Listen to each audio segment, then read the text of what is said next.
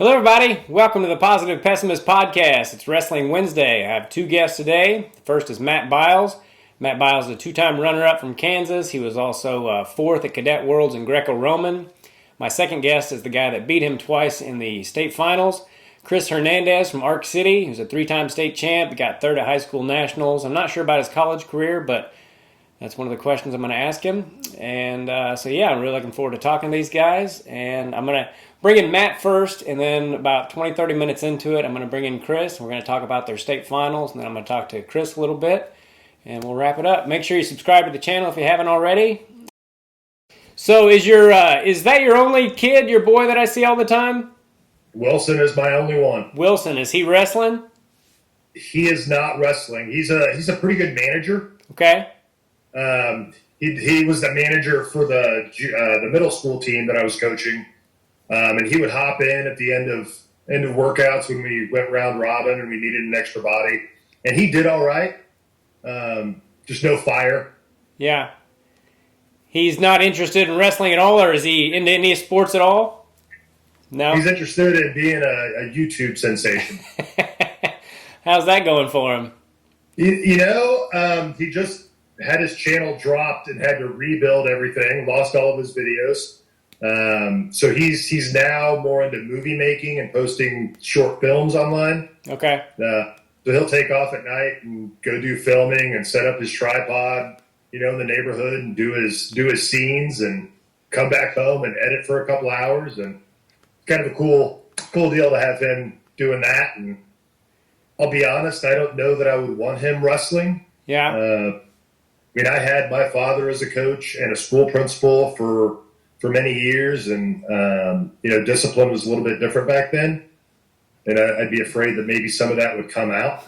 I'd like to think it wouldn't, but yeah. Did he ever try it and just didn't like it? Gons Medina had a novice team, him and Jason Mosier, that went to Capon. They had a novice team that practiced at Liège, and we went and tried it out. And it was more just teaching. These were all like 3-year-olds to 8-year-olds. Okay. And it was just teaching the kids to learn their body, and it was calisthenics, and there wasn't a lot of wrestling involved, but there was enough for him to know that it was not his thing. So, yeah. How is your dad doing? He's doing okay. He could take better care of himself, and I hope he sees this. And that's what we preach to him all the time. My dad at the tournaments was generally the one that could organize people to go outside and have a cigarette with him. He's paying the price for those decisions, but he's still doing good. He still talks wrestling constantly. Yeah. He's always talking about all the guys. That was a big part of our life for 15 years. Yeah. So he's still engaged, still asks about everybody. So we still stay engaged on that. And that's part of the reason that I'm going on this trip to Norway is, and I should have shut that off. Part of the reason I'm going to Norway is we always talked about me taking the trip to Norway, because when the World Championships happened, they were held in Warrensburg, Missouri, oddly enough. Oh, yeah. And we hosted the Norwegian team after the tournament was over, took them to Worlds of Fun. We drove them around town to buy Milli Vanilli CDs to take home with them. And, it was a cool experience, and I stayed in touch with those guys. So it's going to be nice to go over and kind of see where they come from. And when are you leaving to do that? I leave September 30th, and I'm staying over there for 14 nights. I'm doing 9 days open to close the World Championships. I've had a few people that were interested in going with me until they understood that it's not going to be enjoyable for them to sit in an arena with me for 10 hours a day, kind of fanboying it up. Yeah. It's going to be an experience of a lifetime for me. I've never been to Europe, but this is the right opportunity, and to also do something good with it. And I'm trying to do a little something good. Hasn't quite panned out how I'd hoped. Yeah. Work kind of gets in the way when you start planning big things. Yeah. But I'm excited. It's going to be a great time. And then I'm spending 4 days 300 miles north of the Arctic Circle. The last 4 days of the trip up at Aurora Borealis. Oh, wow. Just going to spend some time zoning out with the Northern Lights and kind of enjoying a little peace. Yeah. After 10 days in a gymnasium with a bunch of Iranians, it's going to be nice to have some peace and quiet. Have you ever been to a Senior Worlds to watch? I had never been to a Senior Worlds. We went when it was in Vegas, and it was freaking great, man. And you've been around some of those guys. It's like kumite for wrestling. It's like blood sport. That's what it reminded me of. Like everyone that came out there is just I tell people all the time. Like I bumped into a couple of them in the hallway, and it like hurt. It was like, Jesus, these guys are they're otherworldly, made of freaking rocks. When did you start wrestling then, Matt? Around age 6 or 7? I was like 5.5 is when I first got on the mats, and it was in Bonner Springs. I think Dennis Drennan was our head coach, and Dan Fire, who I'm still in touch with, was our assistant coach. And he had been back from Vietnam. He was kind of finding his place in the world, coming back from Vietnam. And he got reached out to by Dick Burns, who was the head coach at Bonner at the high school, and kind of recruited him to come in and be part of the kids program and built a pretty solid program there. Yeah.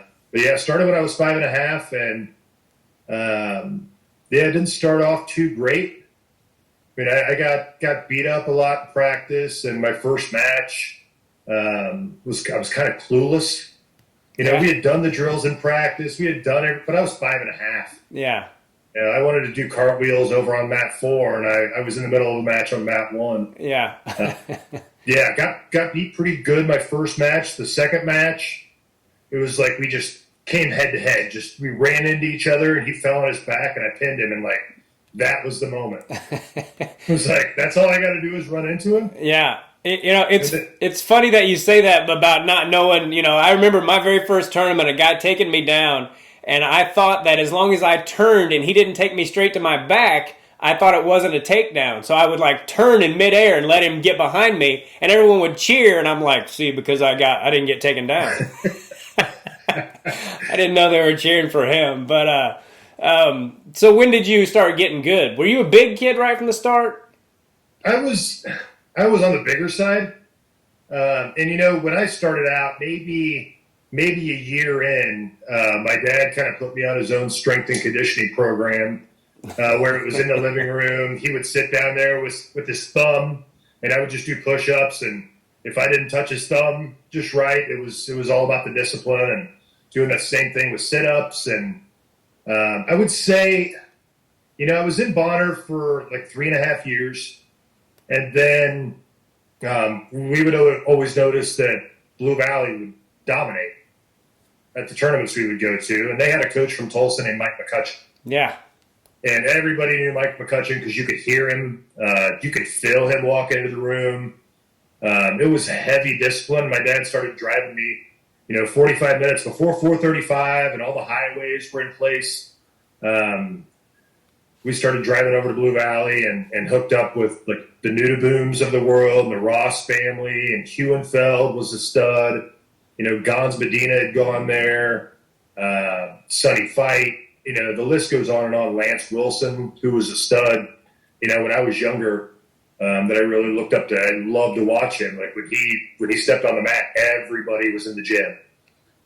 So went over there and really kind of took my game to the next level. Had the training partners. I had good training partners in Bonner, but it was like we would train hard, then we would goof around. And at Blue Valley, you trained hard, then you took a sip of water and you trained hard. Yeah, and the tournaments were different. I would lose a match when I was at Bonner, and 2 weeks later, the team would be going to say Lewisburg for a tournament. And my dad would say, well, the guy that beat you is going to be at Coffeyville. So we would go off on our own, hunting down the guys that beat me. And my dad was really good in those tournaments. Since I was the only guy he was coaching, he would put me in my weight class, and then he would put me in the next 2 weight classes. Oh, wow. And I would end up having back-to-back matches. And that's kind of when they started putting in the whole 15 to 20-minute rule.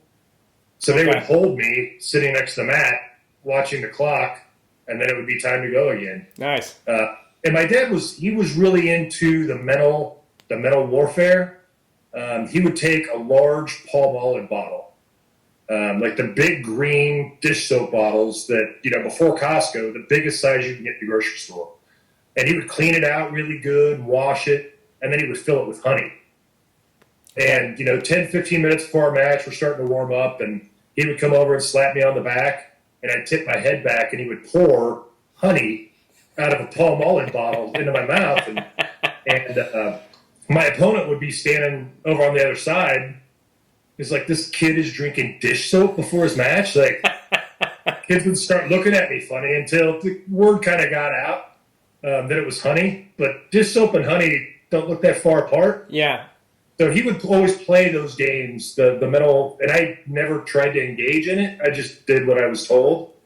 We were kind of the soldiers, and we did whatever the boss told us to do. And it was an interesting experience at that young of an age. I started competing, I think it was after my first season at Blue Valley when I was 9. I started doing AAU regional tournaments. We would go up to Nebraska, and Joe Edmondson, I don't know if you're familiar with him. No. Had a large club with the Boys and Girls Club of Omaha, and he was in a wheelchair. He would have these huge tournaments where people would travel from California, from all over the place, in this little, Lewis Central gym up in Council Bluffs, and it was competition. I mean, it was learning. At that point, I started freestyle, started Greco, and kind of diversifying, the toolbox. Yeah. Because I was definitely going to become a thrower at some point in my life. I didn't like getting stuck under guys. Yeah. I wasn't the best at finishing my takedowns, so getting a throw and ending it was the goal. Yeah, that's one of my biggest regrets is that I never really tried Greco because I think I would have been pretty good at it because I bet I could count the number of times I finished a leg attack on one hand like a pretty leg shot, I would get underneath and I would dump people, or I'd do a short arm drag, or I'd headlock them, or dump, I would do all kinds of stuff to get takedowns, but it was rarely just a clean shot. So I wish I would have done that. Did you win kids state titles? I did. I don't remember how many. It was just like 3 or 4. Okay. Might be 5. I know I won several later on, getting closer to high school. And I think a lot of it came from the summer work. Being, McCutcheon was really big on having college guys come in and do clinics in the summer. Mike Sheets would come in, Claire Anderson. We would have some really good clinics. Generally, somebody would break a leg. There was always broken bones that would happen at those camps. But that's kind of when I went to the next level, was once I started doing the summer wrestling and getting in there. We had a great the East Kansas club. Once we got going in that, I mean, the competition in that practice room was amazing. And having Eric Aiken and Gods and those guys that were performing at a high level nationally was inspirational to give you something to go after beyond just the local tournaments, the regional and state deals. We would travel. We traveled to Mexico City right after the earthquake. The 7. It was a magnitude 7 earthquake after the magnitude 8 down in Mexico City. And that was a very interesting experience. It was back when East Germany and West Germany were separate. And they put us in the Olympic Training Center in between Nicaragua and East Germany. Okay. And nobody liked us. I mean, the Nicaraguan baseball team would get off their bus with their baseball bats and just stand there staring us down as we walked by. It's a pretty scary scene. And I was 13 at the time. Oh, wow. I went down there with Calder. I don't know how many guys you might know on that team. Chris Calder was on it from Arc City. Darren Holbein from Hayes. There were some good guys on that team. Okay. Well, tell me about your high school career besides the finals matches with Chris Hernandez. Because everything was good except for that. Well, we're going to talk about those in a few minutes when he gets on here. But so you were big as a freshman too, right? What weight did you wrestle? I was 45 freshman year, which is a really tough weight class for a freshman. It is. My second match of the year, I actually drew David Pittman. Oh wow! from Okay. Shawnee Mission West, Yeah. and there was a lot of hype around him. I think he was a state runner-up. He was a runner-up, yeah, and I think he started wrestling in high school. He was one of those guys that was He just was pretty raw. yeah, but he was a super Wrong as can be. Yeah, And I had my first match my freshman year was against Mark Mills from Shawnee Mission North. okay, And he, I wouldn't call him, he was a tough wrestler, was more just defensive. And we got into a little slap fight first match, and I was dead from cutting weight because I was cut into 145, and it was a pretty healthy cut. And then I drew Pittman my second match. It was one of those tri-duels that we had at West every year to start the season. And I went out and headlock City. It was about a minute, and everybody was shook because I had a tough match against Mills, who was kind of middle of the road, and then to come out against Pittman, and I caught him in a headlock, and it was over. Oh, you pinned Pittman. I didn't realize. Okay. When you started talking about it, I thought that you lost to him because you said you drew him second match of the year. But you pinned him. I pinned him pretty quick. It was that left-handed headlock. I mean, that was my baby. And I still have like 7 of them that I keep in here just for emergency instances. But that was one I was worried about because he was a pretty scary-looking guy. Yeah. And he was super athletic and strong, and I was a freshman.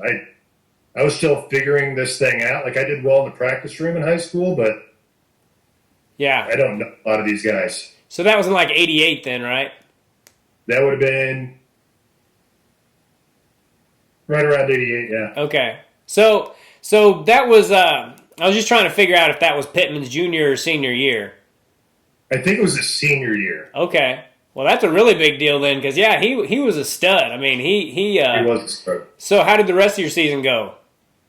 I had my only dual match that I lost was like a week later. I had Justin Race at Blue Valley North, and he beat me. It was like 7-4. It was a pretty close match, and he was kind of a top shelf guy as well. Was not happy with it. We were teammates at Blue Valley. He was 2 years ahead of me. Yeah, he was 2 years ahead of me. So that one didn't sit well with me. And actually, the next year, we met him in that same duel the second week of the season, and I pinned him. It was another first period headlock, and got out of there. And I don't know that he wrestled another match after that match. Oh, really? He quit? He was returning. Runner-up. Second place, and I don't believe he had a match after that. Oh, really? Huh. Yeah. Yeah, some guys just quit like that. Do you remember a guy named Aaron Smith? This is totally off the subject. Do you remember Aaron Smith from Washburn? I think he's from Washburn. I remember the Smith from Washburn Rural. He was a 2 or 3 time state champion. He was on his like 3rd year of going undefeated, and then my brother beat him, and he was like never the same again. You know, like sometimes people lose and they just. It messes with him, you know. I think he went undefeated till his senior year. He went undefeated till the semis, and then I think he lost, and I don't think he ended up placing because back then they didn't have the top 6 places, and that's where you found yourself for your freshman and sophomore year, right?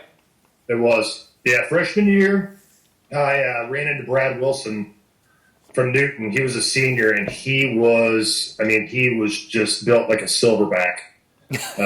Strong guy. I lost to him, I think it was 5-0 in the semifinals, and he went on to the finals and Tech Fault Calder. Oh, wow. And I ended up losing to the GW Penway. Okay. You heard that name before? No.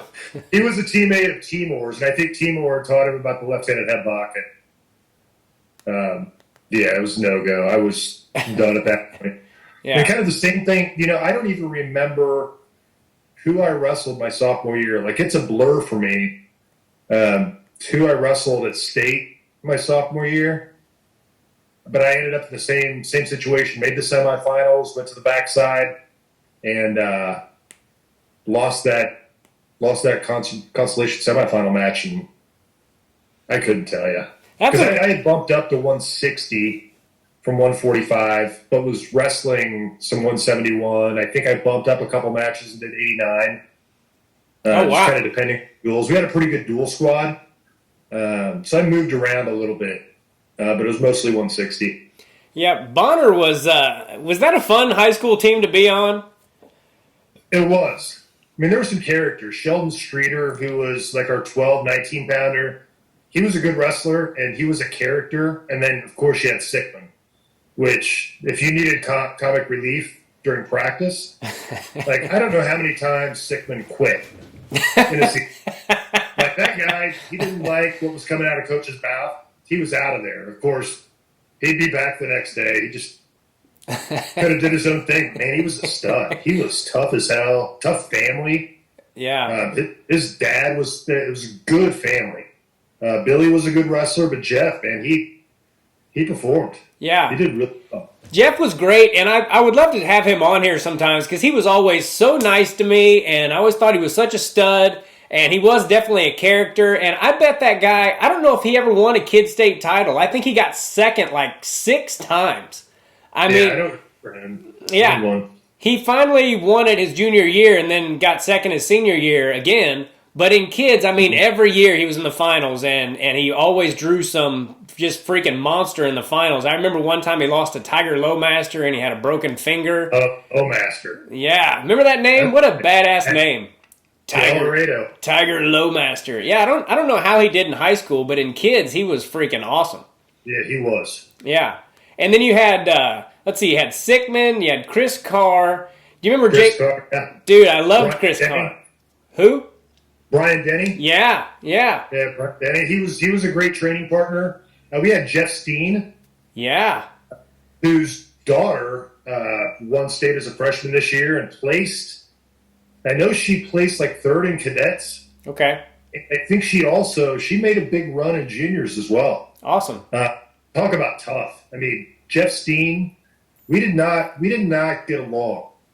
Really? We went head to head, and what he lacked in technique, he made up with just being a brute, man. He would pound on, like, if you gave him the chance, like, that was the king of the duck under with Jeff. Like, I didn't want to be hand fighting up top. I mean, I was getting below him and around him quickly because I was a little bit quicker. I was smaller than him. But yeah, I think they might be the first father-daughter state champs. Oh, wow. Dances. Because he won senior year after I graduated. Now, was Jay Verdict on your team too? Jay Verdict he was a senior my freshman year. Okay. And that was the year that he ran into Jeremy in the finals. Isn't that the year also didn't he sit out like the whole year with an injury and then came back for regionals and state? He was hurt a good portion of that year. It's like he was hurt and out, but if Pepe Cabrera was in the tournament, Jay was healthy. Okay. But they had a lot of battles, and I remember they wrestled at regionals my freshman year, and Verdict was beating him pretty bad. And Pepe was on bottom, flattened out, and he was playing to the Bonner crowd, like trying to get them to cheer for him. Like he's on his belly, like telling them to start cheering. But he was always trying to entertain. It was fun to watch. Absolutely fun to watch. Yeah. I mean, wrestling against Verdict, I'm happy I had a weight advantage on him freshman year. Because, I got beat up pretty good in practice. Yeah, he was a stud because he won it as a junior, right? He won it as a junior and then lost to Jeremy Hernandez as a senior. Okay. Well, there's so much I want to ask you about that team, but I don't know how much time we have for it. I have to ask you about Jacob Niederhauser. Was he a good guy to have on your team too? Yeah. I love him. Yeah, he was another character, man. He cracked the lineup thinking he was 2 years behind me maybe. Yeah. But he was a character. He would jump in spots. It was kind of that duel, depending on how the duel was. Streeter, I think, would move up, and Niederhauser would hop into his place. You have Travis Crockett at 103. He was another character. I mean, we had a ton of characters on that team. Yeah, Bonner was great. I wrestled for Bonner in kids, and we were in Johnson County, and I can't remember exactly how it played out, but we went over to Bonner because they practiced so hard. Don Patch, it was like the military in there. I mean, it was just a different deal. So yeah, there were a lot of studs in that particular kids program and Blue Valley. I remember the Blue Valley Invitational being just ginormous. Absolutely. But before we bring in Chris Hernandez, he should be here in a few minutes. But I wanted to ask you about your world experience that you wrestled in when you got fourth. Sure. Yeah. Well, nationals that year, I pretty much ran through the Greco side. I had one match that went to points, and that was against David McCubbins. I caught him in a scramble roll, like maybe 10 seconds left of the match to win by one. Okay. Well, he wrestled back, beat the number one guy in the other pool. I beat the number two guy in the other pool, and we met in the finals again. And I actually go back and forth with David to this day. We chat. We talk a lot about those matches, and it was like he trained against a left-hander. Every time I'd go to tie up to set up the headlock, he would shrug it off. And in the preliminary matches, I didn't have a defense. Yeah. He just kept shrugging it off, and I couldn't get in on him to get any type of throws. So I ended up beating him in the preliminary matches by one, and then we met in the finals, and I went for the headlock again. I went tying hard for the headlock, and he shrugged it off into a Russian bar, and I just rotated it through. Like I let him take the arm down, and I hit him with a body lock, and it was like a minute 15. So I won the Greco side, and then freestyle, I ran off like my first 10 matches. Beat Chad Nelson, who ended up going to Nebraska. Woke up the morning of the semifinals freestyle, and we'll jump back. The night before, I had Les Gutches. We were going to weigh-ins, the final weigh-in before semis. And Les Gutches is standing behind me in the weigh-in line. And he tapped me on the shoulder and said, "Hey, Biles, you've got a lump on your back." I'm like, "What?" And wrestling Chad Nelson in the preliminaries, I had shot in on a single, and he stepped into it and cracked me in the nose. I was out on the mat, like knocked out. Blood all over the mat. And ended up, I came back and won that match. Like they stuffed my nose. Ended up coming back to beat him, but apparently bacteria had gotten into my bloodstream from the mat. So I'm weighing in, and Gutches notices a bump on my back, and I go over to the trainers. It's like a little boil that had developed, and they lanced it and cleaned it and drained my ear a couple more times. And overnight, when I went to sleep, I woke up, and my thigh was like that big waking up. I had cellulitis that had gone down into my leg, staph infection. Oh, wow. And ended up using crutches to get out of the mat to default into fourth place. And Chad Nelson, the guy that I came back and beat, won the championship, went on to get second at the World Championships that year. Oh, wow. And, I didn't know what being on a world team meant, And for going to the World Championships, not for some reason, I think it was supposed to be in Cairo. I think it was supposed to be somewhere over in the Middle East. And that's my recollection, 30 plus years later. Yeah. But the director of development for USA Wrestling was Mike Haggerty, later coached at Blue Springs, but he was the head coach at Central Missouri. Okay. So the World Championships went from wherever they were going to be to Central Missouri. And I was the only guy in the Midwest on the team, so we got to go out to the Olympic Training Center, train with the world team. That was the year Kenny Monday won his world championship. All those guys from the Olympic team were in that room. And we were they kind of staggered us because they didn't want the cadet kids, fanboying on the team while they're trying to train. But we did get to go in there, and Kenny Monday sitting up against the wall, and I went up, and he had hit like this duck under like knee block. I think it might have been on Metzger. I'm not exactly sure who it was on, and I asked him to show it to me. And he asked me how much money I had. And I'm like, "What are you talking about?" He's like, "You got $20? I'll show." I'm like, "No, dude, like this is wrestling. Like we show each other." And for the rest of camp, it was like, he knows I'm coming for him. Like Kenny Monday knows I'm coming for him. He didn't want to give me his secrets. Like I had in my head that I was going to be that guy to take out Kenny Monday, not realizing, it's Kenny, it's Dave Schultz, it's all these guys. Like, yeah. in my head though, I made a world team, and up and coming, and probably was. But then I got another staph infection at World Camp. It was just miserable. Migraines. My body wasn't working right. We were at high altitude. I mean, our training, our conditioning training, was the coaches would throw soccer balls out in the field and like have us try to score goals, and like we were like the little 5-year-old kids chasing one ball when there's 4 of the balls sitting over here we could score.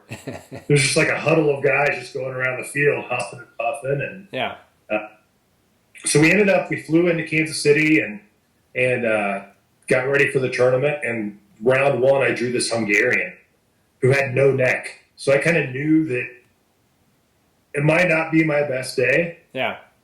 I still went after the headlock. I went after it hard, and he caught me on the way down 3 times and threw me for 5 each time. And it was like a 2-minute tech fall, 15-0. And he ended up losing to the Turk in the finals. I wrestled the backside, had a guy from Czech Republic that he almost threw me for 5, and I just popped my hips in the middle of the air and ended up landing on him, and they called the fall. Nice. That was my one win of that tournament, and then I got the Norwegian for 3rd place. Okay. And I'll be running into him here in 4 weeks, and I hope he's ready. He got a bronze medal, and I got a certificate.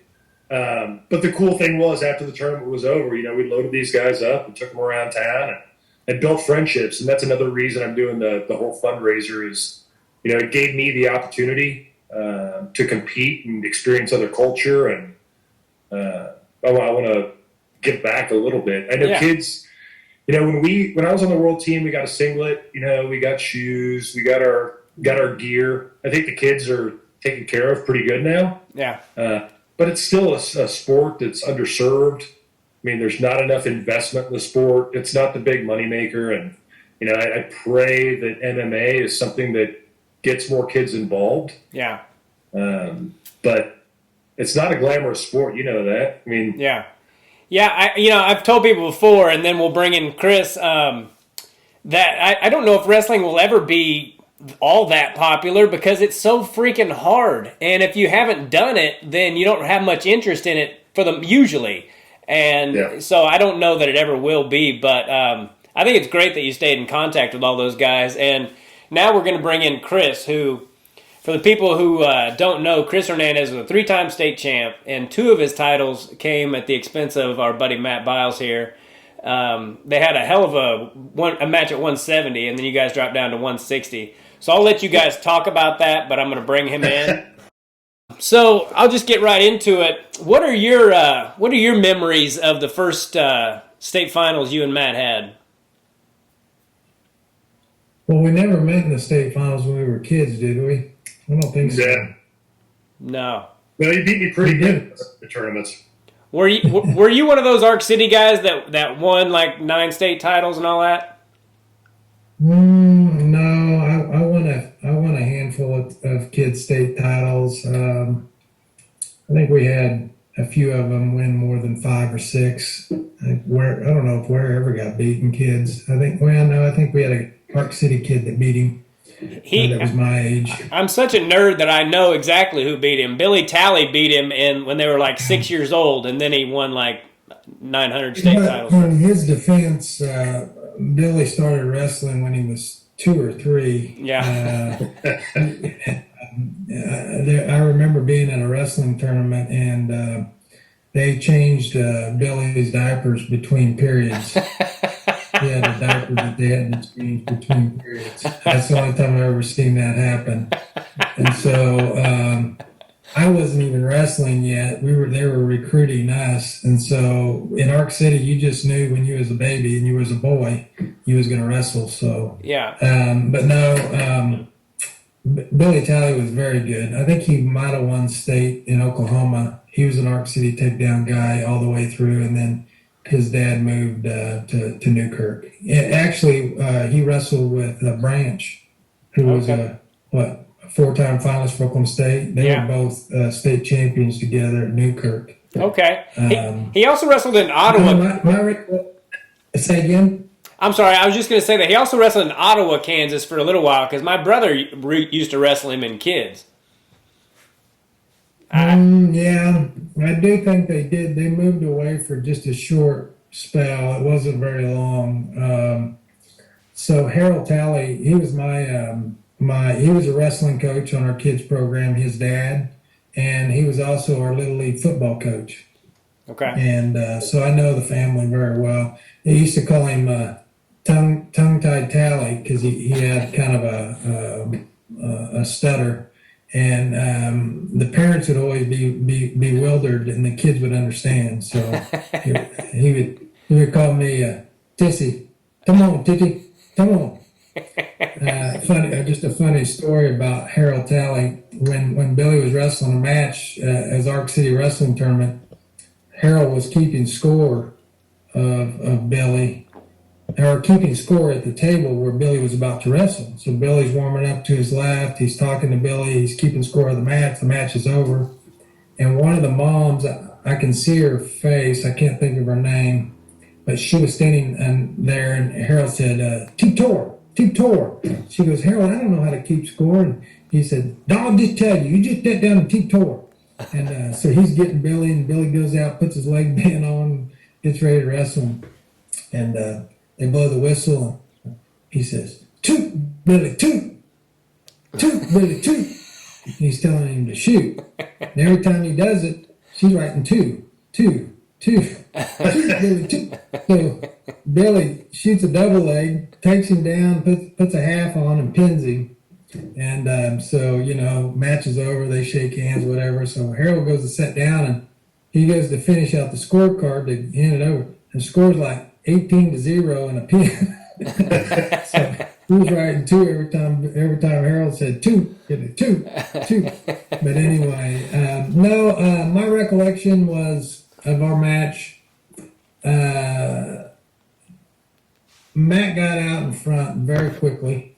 Of course, there's video evidence of this, so I'm not telling anybody anything they can't see themselves, but he got out very quickly. But I think the biggest thing I remember was we had a guy at 160 that year who was a senior, Eddie McGlasson, who was a three-time JVer, a very, very good wrestler. So him and I were weighing about the same. We were about 155, 157, 158 all year long. And in fact, all year long we weighed in for the 160 pound. That way we could swap based on duels, whoever had the tougher match. I would always take on the tougher guy and whatever. And I remember getting to state, before I even wrestled Matt, and just feeling like maybe I had made a mistake. I did, I went up to 71 for the team to make our team tougher. But I thought, well, wrestling, when it all boils down to it, is kind of an individual sport. In Arc City, it has always been a team sport. But from the individual standpoint, I wondered if I'd made a mistake. And I had some decent matches going into that. I wrestled Ryan Joka in the quarterfinals. It was a fairly tight match until the third period. I think I ended up beating him like 12-7. And then I had a match with, what's the kid's name from Kansas City? Irving Ward. Irving Ward. Yeah. I wrestled Irving in the semifinals, and Irving was not an outstanding wrestler, but he was a solid wrestler. He was strong. Yeah. He was a good guy. I really liked Irving. But anyway, I found myself in the third period ahead by 1 point. And really, it was the first time really in a long time anyway, when I was in kids, I went through this a little bit mentally, thinking I might not win this match. And I've never been that way before. And so anyway, I'd say there's probably 20 seconds to go in the match, and Irving Ward hits kind of a cheap duck under. So he never really goes to the crotch area or anything like that. He just kind of, boom, he's behind me. Yeah. And he locks his hands with takedown, so he's got to get me to the mat.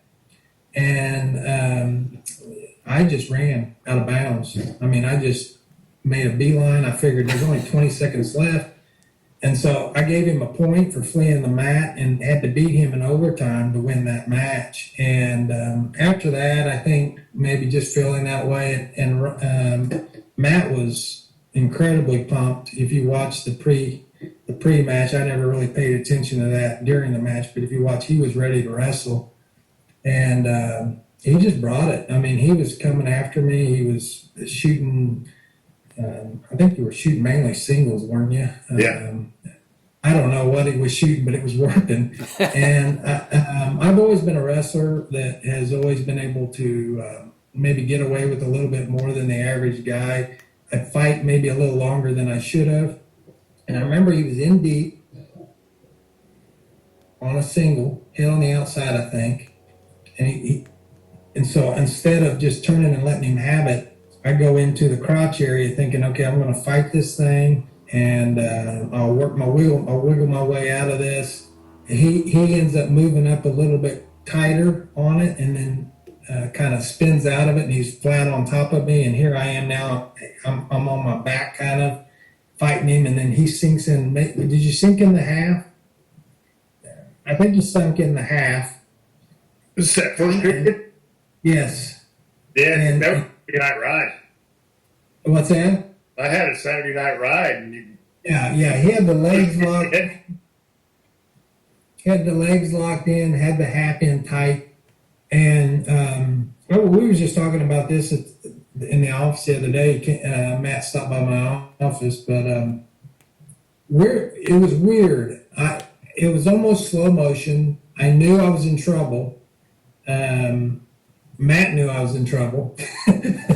His coaches knew I was in trouble. My coaches knew. I mean, my dad even told me after the match was over, he said, son, if they had slapped the mat, I wouldn't have said a word. I mean, my angle, I mean, you got yourself into that position. So, but anyway, the thing that was weird to me, and probably the reason why they didn't call the pin, I officiated for several years too. One of the things you don't do as a second is you don't call pins. A second official can't call a pin.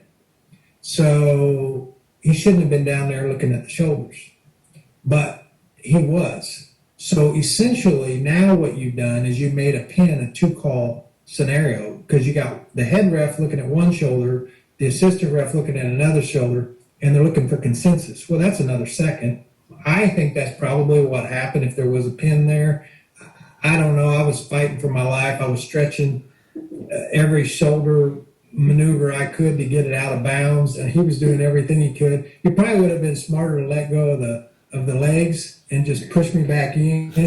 But he was squeezing, he was stretching me for all out. In a way, he was probably helping me because he was pulling my head and trying to straighten me out flat. But either way, I ended up finally getting one shoulder completely out of bounds. And once I knew that was out, and I'll tell you how I knew it was out of bounds. Because I'm looking kind of at that one ref, that second ref, he shouldn't have been down there. Yeah. And he's telling, with his hand and his gesture, he kind of leans back and he's telling the other ref he's out of bounds. So at that point, as long as I can keep that shoulder out, I'm good. And that's, and that's mainly what I did. I wouldn't let him pull this shoulder back in. And then eventually I was able to squeeze the other shoulder out of bounds. And once that both shoulders were out of bounds, who knows how long that the ref stopped it and gave him his near fall. And if you watch like the next few seconds, I think my headgear kind of came loose, or maybe I just yanked it loose. I don't remember. But I do remember this. I was not in the right frame of mind to finish that match. And if I was even going to give Matt a competitive bout, I was going to have to take my time and realize that this is a state championship finals.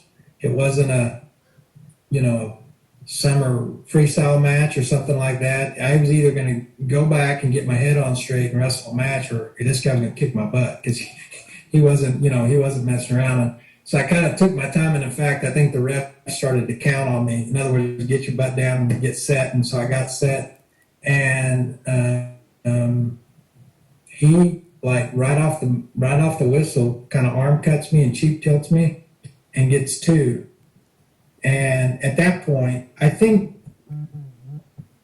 in a way mentally he did me a favor, because at that point, no one should lose a match down 7-0 in the first period. And almost it worked the opposite on me. It was like, okay, now it's time to fight. Yeah. You lost this match. You blew it. You screwed it up.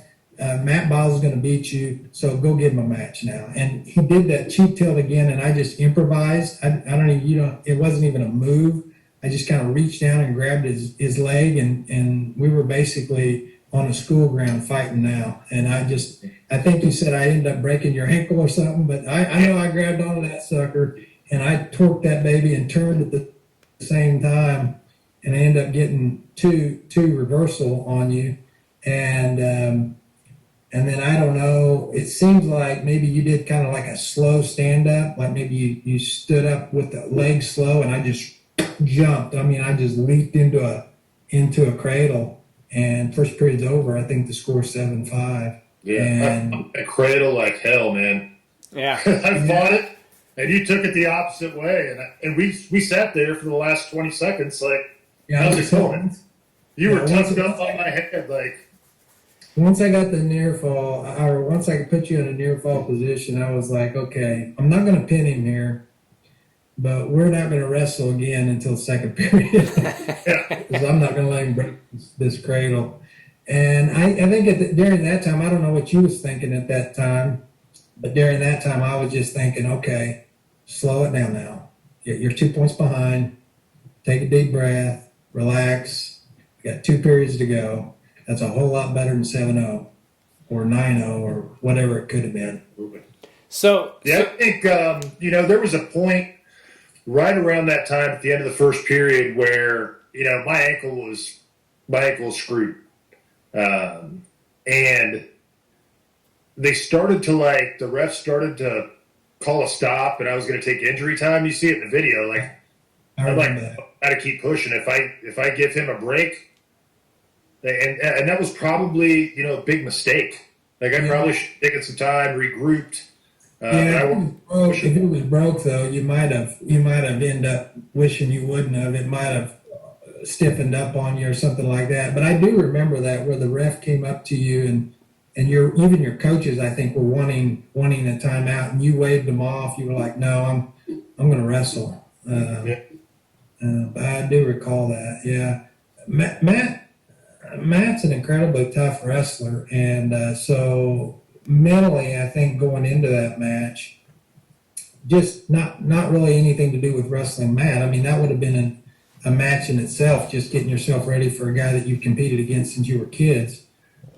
But just the way I handled that whole tournament, it was like mentally I was losing it until I got so far behind that it didn't matter anymore. And then I just, really for 2 periods, Matt wrestled 2 different wrestlers. He wrestled a defensive, which I don't know, Matt, maybe you could answer this. I don't really ever think of myself as being a good defensive wrestler. I think we were always offensive wrestlers, my brother and I. I would agree. And so I think I wrestled Irving Ward defensive. I wrestled Ryan Joka defensive, and then I wrestled Matt for 1 period defensive, and then I opened it back up and became. And I think every wrestler. I always think of Todd Drake, as a guy that was a 4-timer from Andover. I know Todd very well. Todd was a defensive wrestler. He could beat your socks off 1-0 or 2-1. If it's 1-2 or 2-1, I'm probably going to lose that match. I'm not a defensive wrestler. I have to be offensive, and to Matt's credit, he was the most offensive wrestler in that first period.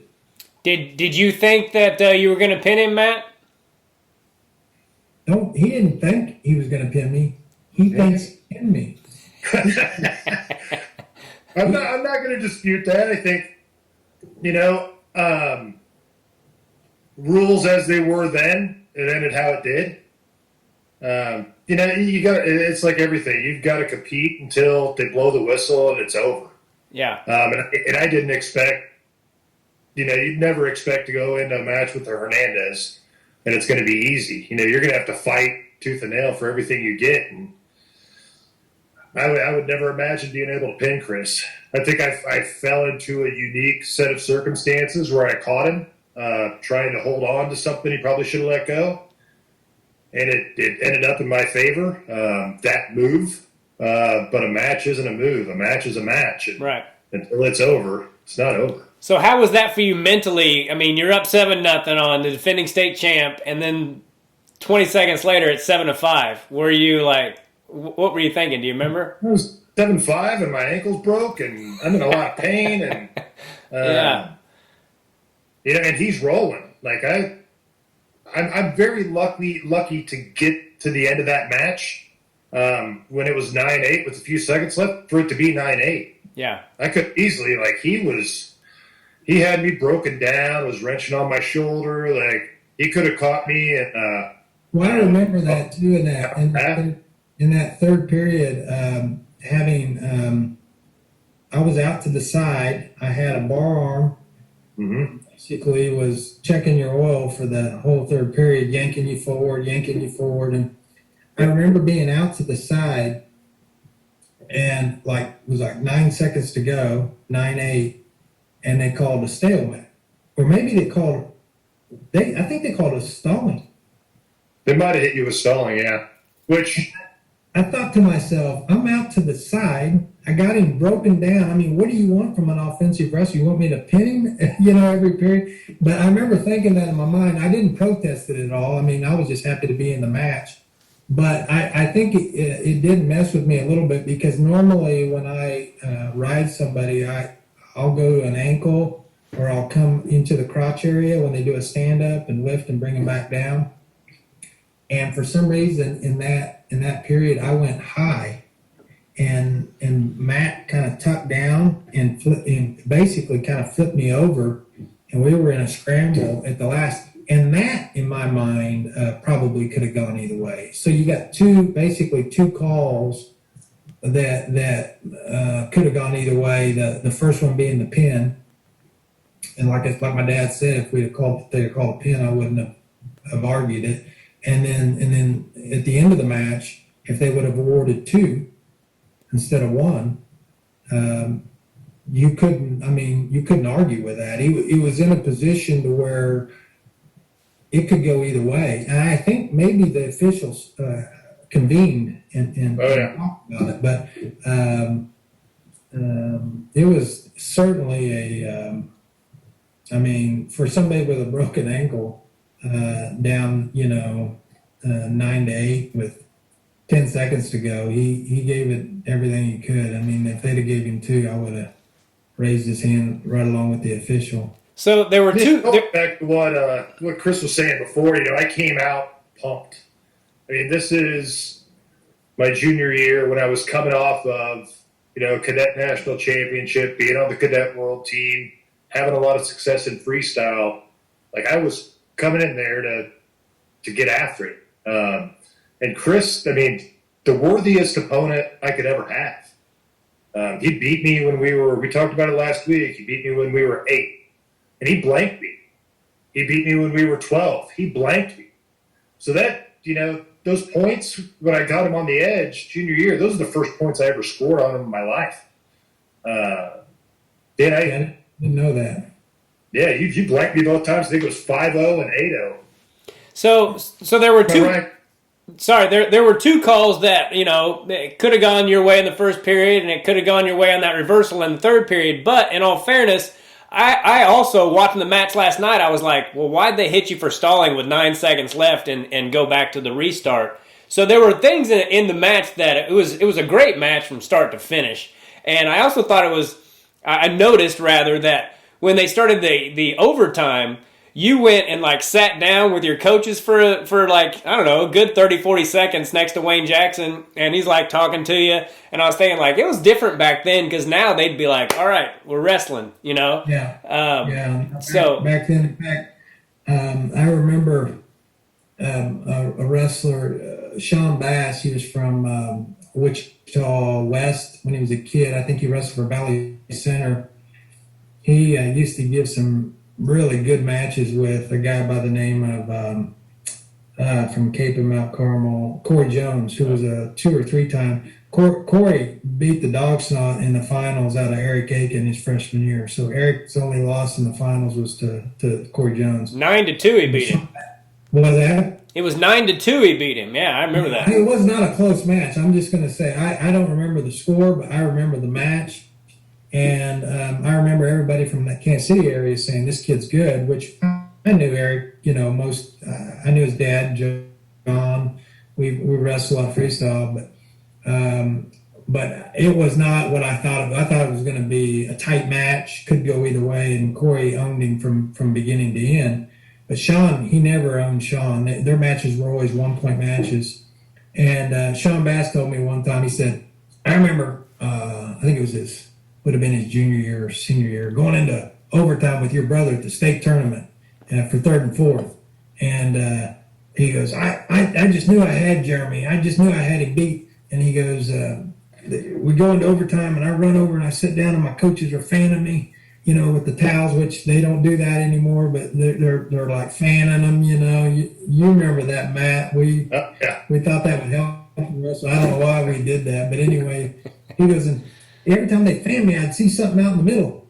He goes, I lean back and I look over, and he goes, your brother's in the middle of the mat warming up. He's dancing at the center line going, and he goes, I told my coaches, put them fans down. I lost this match. He goes, because I was tired. He goes, his brother's out there ready to go another period. But yeah, Matt wasn't sitting down. He was kind of pacing, wasn't he? I couldn't see I couldn't see Matt. They had the camera on you, and but I remember you sitting down. Do you remember what Wayne Jackson said to you? You read his lips, huh? No, I was just wondering if you knew what he said to you. Oh. Wayne, I'll tell you, Wayne's an excellent coach, and he's a simple coach. If you ever have a conversation with him, he's not going to talk to you about the theory of relativity. I mean, he's a very simple man, but it works well for him. And I can tell you, I don't remember exactly what he said. I recall, and you'll know this or not, I wanted a drink of water. And my assistant coach, I think I told him, I looked back over my shoulder, and there was a water bottle over by they used to be at the Kansas Coliseum, the state tournaments, and they had this barrier that went all the way around, maybe for the hockey matches or whatever. And there was a water bottle sitting over there. And I said, oh, go get that water bottle. And Coach was like, whose is it? And I said, I don't care. Go get it. And so Mark goes and gets it. And I remember Wayne was like in front of me, just kind of like trying to do a motion that would make somebody relax, I guess, or maybe make a wrestler relax. But I don't know. I don't ever remember a match in my high school career where Wayne gave me advice during a match. Usually what he was doing was saying, you got it, or you're good, you're doing good, and he would never be negative. He would coach when you were wrestling, but it wasn't really for you. It's probably more for him mentally, and it was really only in tight matches. Most of the time, if you watch Wayne, he's got his hands behind his head, and he's got his feet kind of out and his boots one over the other. And so I can't imagine him being too. He was probably just trying to act like, oh, you're killing this guy. I mean, he don't want no more, or something like that. But yeah, he never really coached us up. Matt, do you remember what your coaches said to you in the corner before overtime? McGinnis, I think it was just about pushing. Block the pain out and push. Yeah. I didn't have much left at that point. I'll be honest, and I think the results showed in overtime. That was done. I also wanted to ask you, like, when you picked down, I remember thinking last night when I watched it, I was like, why'd you pick down? Like he had been riding you, but what was your thought process? Just get up and get out, even though you hadn't been able to so far. I mean, I picked down regardless. I don't think I ever picked neutral or top. Yeah. Ever since they started giving you the choice. Like, I did enough inside stand-up drills and hand control drills that I never believed anybody could hold me down. I was proven wrong a few times, but I wanted that point. I mean, if I'm pick neutral, I want to get that point before I'm neutral. Yeah. And I knew I was going to get the points. And if he was going to hold me down, he'd earned it, you know? Yeah. It's kind of how I was never picking top or neutral. Now, it's the only 3-point in wrestling, right? Yeah. Well, if you can get it. Yeah, I mean, that's the way you got to think. Yeah. And we had a few wrestlers on our team that could never get away. They could never get away. And I thought, how do you not get away? Yeah. I mean, I can see it. And there's been matches where in fact, we were talking about one when we were kids, a kid from Emporia named Chris Arndt at one state when we were probably 10 and under, 12 and under, I don't remember. Mm-hmm. And I told Matt, I think he just hit puberty first, but I remember getting a stand up on him and he locked his hands, and back then he would lift you up and they would not call stalling. Back then they would call stalemate. Mm-hmm. And he did it like 4 times. There's 15, 20 seconds each time. He rode you out. Yeah. I could not get away from the guy. Probably would have been better but I was just a kid to do set outs and switches and never stand up, so he couldn't lock his hands until I got away. But I'm the same with Matt. I mean, to me, you never not take down. You always take down. You always get away. And the 1 or 2 times you don't, well, the other guy earned it. Yeah. Yeah. Yeah, I always deferred because I wanted my choice in the third period, and I always picked bottom 2. I was just wondering if you thought maybe you had a chance of taking him down or anything, so I didn't know why you I thought maybe you would pick neutral. But I wanted to ask you real quick, did you wrestle Irving Ward ever, Matt? Oh, yeah. Yeah, we went 1-1. Okay. He beat me the first match. I think it was, the first match we wrestled, he beat me in a close match, and I beat him in the second. And I believe it was maybe regional finals my junior year. Okay. Yeah. But we trained together. He was another one in that room. It was, in the summers, it was me and Aaron Hodges and the Barrick brothers from Sumner that were really good. We had some strong teams in the summer at my weight, and they were all bigger, older guys generally. Yeah. And Ert was one of those guys where we would do push-up contests, and he'd get to about 140. He's the only one left going for the last 40 push-ups. He was a strong guy, and yeah, he's down in Dallas. I think he's a director of a health institution now. Didn't he have like big, thick glasses, Irving Ward? Super thick glasses, yeah. Yeah. I don't know if he wears glasses anymore. I think he got corrective surgery, but okay. he's another one of those guys. I think it runs rampant during our era of wrestling in Kansas. The people. They're solid human beings, good human beings that, people think I talk about wrestling a lot, but man, there's such good people that I got to meet and become friends with. And, 30 years later, Chris and I still consider him a good friend, good family. I always enjoyed his father was super kind to me, and it was like, is he trying to get inside information? Like, he was so nice. He'd stop me and talk to me in the tournaments. Super nice guy. I saw him at Chris's event. Maybe that was 8 or 9 years ago. Chris put together a duel. Chris wrestled him to duel against a guy that had graduated recently from Nebraska, and ran into Chris's dad there. It was like old times. You just see those people, and it's why I love the sport. It's a big piece of why I continue to follow the sport. It's just because of the environment and the community surrounding it. Yeah. Yeah, I miss that part of it so much, and when you're a kid and you're in it, you don't realize how much you're going to miss it, but you sure do. Yeah. So tell me about your senior year. You dropped down to 160. Was it to wrestle Chris, or was it some other reason? Yeah, I got a call from the Wichita Eagle. It was right before Christmas, and they let me know that Hernandez was dropping to 160. And what did I think about that? And my only response that I could think of as a high school senior was, I think I need to change my diet. And it was the silliest cut. I was not a nice guy in school that year. Like, I was generally a pretty laid back guy, friendly to everybody, and I was angry that whole season. Like, just angry. Like, I could almost touch my spine through my stomach. Like, I was cutting weight hard, and and I just sat out the entire summer. Like I was coming in after I'd won nationals the year before, and I broke my ankle in the in the finals with Chris, and they put it in a cast. I break the cast. They put it in another cast. I break the cast. Finally, they decided to go in and put a screw in it. So my summer's gone. Like my freestyle and Greco that year was gone.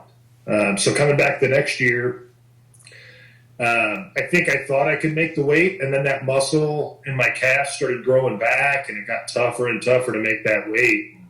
I didn't have the cardio that I had because I didn't spend the summer running and training, but I had that vision quest. I wanted to challenge myself with the best people out there, and as far as I'm concerned, Chris and I were two of the top 160 pounders in the country, and I'm not running from that. I wasn't running away from Hodges at 71. I wanted to challenge myself against Chris because I felt like I missed something junior year, and I wanted another shot at it. And that's all you can get is a shot. What you do once you get there is what it is. Yeah. But yeah, I want another shot with Chris and to get that one back. Things don't always turn out how you hope. Did you take any losses that year at 60 before the finals? No, we both met. I think I was 23-0, 22-0, and Chris was undefeated as well. So I had one tie with Niederhauser. Okay. Yeah, that was the tie in the duel, and I don't know if Chris wrestled Niederhauser that year. I wrestled him one year. I can't remember what. It might have been that year. I remember the match because his coach was kind of a jerk. He might not have been. You would have known his coach better than I would, but in my match, he was kind of a jerk, and it really cost his wrestler because it ticked me off. I remember going out of bounds, and his coach said something to me. I'm like, coaches don't talk to wrestlers. Get your butt back here. Let's get this on, man. What did he say to you? I don't remember, but it was, and he also gave me kind of a dirty look too. And one thing I will say about Arc City Wrestling, the era I wrestled in, and maybe even the era before me, is they were good kids.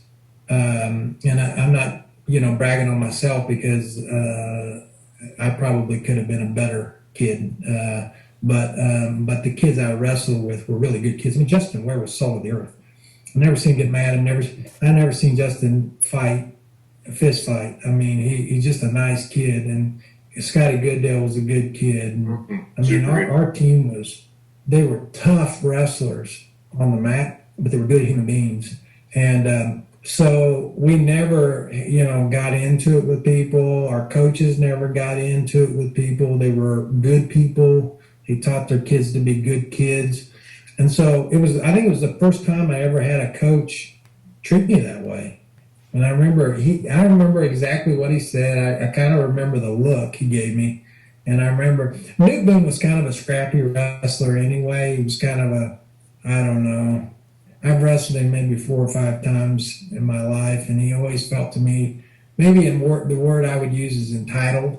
He always kind of come across as entitled, like he should have won that match, or whatever. Yeah. And so I don't know. It probably was our senior year. I wrestled him in the semifinals. Did you wrestle him in the finals in your regional, Matt? I'll be honest, I don't remember who I wrestled in the final regionals. Okay. Yeah, I'll bet you beat him in the finals at regionals, and that would have put him on my side of the bracket because we were opposite sides. So how did your senior year final go? And can I find that somewhere? Well, it's all our matches back then. We had a guy named Lake Glider who just loved high school sports in general, but Arc City was in its heyday when we were there. In fact, my freshman year, we won our first team title, and I think we won 11 in a row after that. So all 4 of my years, we won titles, and then I think it was 7 years after that, we won title after title. In fact, the first year we lost the title, we truly lost the title. We had a number 1 contender, should have won state that year. that hauled off and punched a kid in the regional finals and got kicked out of the tournament at regionals. And so not only did we not have him as a state champion, but we didn't have any points to score at all because you can't bring somebody in his place. So that's why we lost to Goddard that 12th year, or we would have had 13 titles in a row. So it was just a really good era for Arc City and everybody. We had some really great teams. But those parents that Matt was talking about earlier, I mean, salt of the earth. But we just lost Bob Burr. Bob Burr was one of our founders of our takedown club. Him and Don McBride and then Charlie Dow, who kind of was the mentor of the whole thing. Bob Burr was the guy who talked my dad into bringing Jeremy and I out for wrestling. Oh. And so when I seen them change Billy Talley's diapers, that was Bob Burr getting my dad to bring us to a wrestling match. And so my dad was not a coach. Harold Talley was, but my dad. But they started recruiting. I can remember Harold Talley, Don McBride going to all the kindergarten schools in Arc City.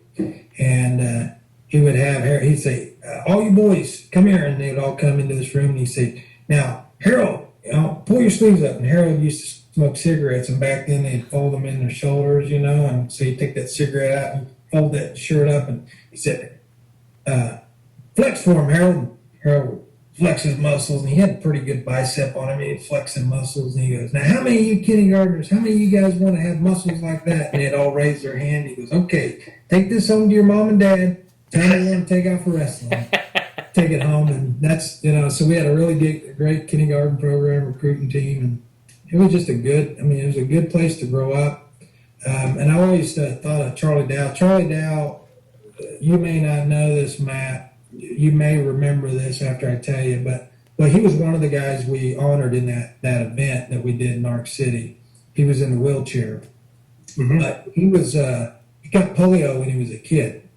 So I think he would have been a heck of an athlete, but he never could walk. I think past the age of 7 or 8. And went to University of Oklahoma, got his degree, came back to Arc City, and then they talked him into taking on the rec league, being our whatever it is, the director of our rec center or whatever. And he was such a visionary. So I'll tell you what he did for us and kids. We would do a kindergarten program. And you had to wrestle. Bob Burr had a team and Don McBride had a team. And you had to wrestle against the other guy in order to make the traveling team. Now, the traveling team, they got to go to the Bartlesville tournament, the Ponca tournament, the Wichita, tournament. They got to go and travel. But you had to make that team. You had to beat your guy. Otherwise, you came back to kindergarten again the next year. And I think they probably thought, okay, this guy's been in kindergarten 3 times. Give him somebody easy so we can get him on the traveling team and let's get him moving or whatever. But at least for that first year, it was competitive. And and they would go to this little room. If you're ever in Arc City and you want a tour, I'll take you to where it was. But you go to this, basically a gym, small gym with like a running area around the top. And Charlie Dell would set up a table. And he would get out a microphone. And for these little kindergartners, he'd say, now, at 54 pounds for Bob Burr, it's Chris Hernandez, and he'll be wrestling from Team McBride. And you would run out there, and we didn't even have wrestling shoes. I forget what I had when I first started, but they were basketball shoes. They were canvas, probably, I don't know what they were, but you go and run out there and you wrestle your match, and you knew if you won that match, you was going to make the team, right? Then you make the traveling team, and you do all that stuff, and you go up through the program. Now, to show you what a visionary Charlie Dow was, when we made it to high school state, guess who's doing the announcing for 5A? Charlie Dow. He's the guy that would have announced from Bonner Springs, Matt Biles, and for the Bulldogs, 160, Chris Hernandez. And a very humble man, but how fulfilling that had to be for him. to know every one of those kids individually, know all their issues, all their problems, all their shortcomings, but yet to see them succeed in a program he mentored and ushered in. I don't think it'll ever happen again. I like Ryan Joka is now superintendent at Goddard. So, and Goddard will likely eclipse Arc City's titles. I think they're going to have to eclipse Capon first. But I always think in my mind, if you told a city of 15,000, 12,000, whatever or less, that all you have to work with is your kindergartners, and you're going to try to win 13 titles or 10 titles or 11 titles in a row and 80 some individual state titles, I think that's a daunting task. I don't think that's what they were trying to do. I don't think that was their goal, but they just did it so well. When the sausage came out the other side, it was pretty tasty. We had some great teams and some great leaders in that team. Yeah. So what was the score in the 160-pound final? Matt, do you remember? Chris? Maybe 13-5, 12-5, something like that. Okay. It wasn't that close. I do know this. 160 was my weight class. I mean, my senior year, I weighed 161. I wasn't pulling weight. 160 was where I was comfortable. And so when I went into our senior state final, I was Matt Biles. I was ready for that match. In fact, I think I got the first takedown in like 6 or 7 seconds. Yeah. I don't remember what it was, but I remember I'm going to shoot, and if I get a hold of it, if I just get my fingers on his leg, he's going to have to fight me tooth and nail to that out of bounds because I'm going to go for that takedown. They blew the whistle. I shot a single, caught that outside single, and finished it, I think, with the double. But I certainly had to catch you off guard for me to shoot right off the whistle. I don't even think I used a setup. I think I just shot, and then it was just takedown after takedown. I mean, that's what my brother and I were always good at takedowns. Jeremy was an excellent takedown artist, and my dad used to tell us before matches when we was kids, first takedown wins the match. Yeah. And he was usually right. Looking back on that junior year match, growing up and watching you wrestle and seeing you wrestle, I was surprised that I was able to get the shots that first time. You got to say, I think if I remember right, I haven't watched that in a long time, but I think you had another takedown. So I think your first takedown ended out of bounds. Yeah.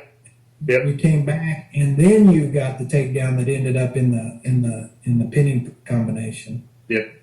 So legitimately, you took me down twice in less than 30 seconds, probably.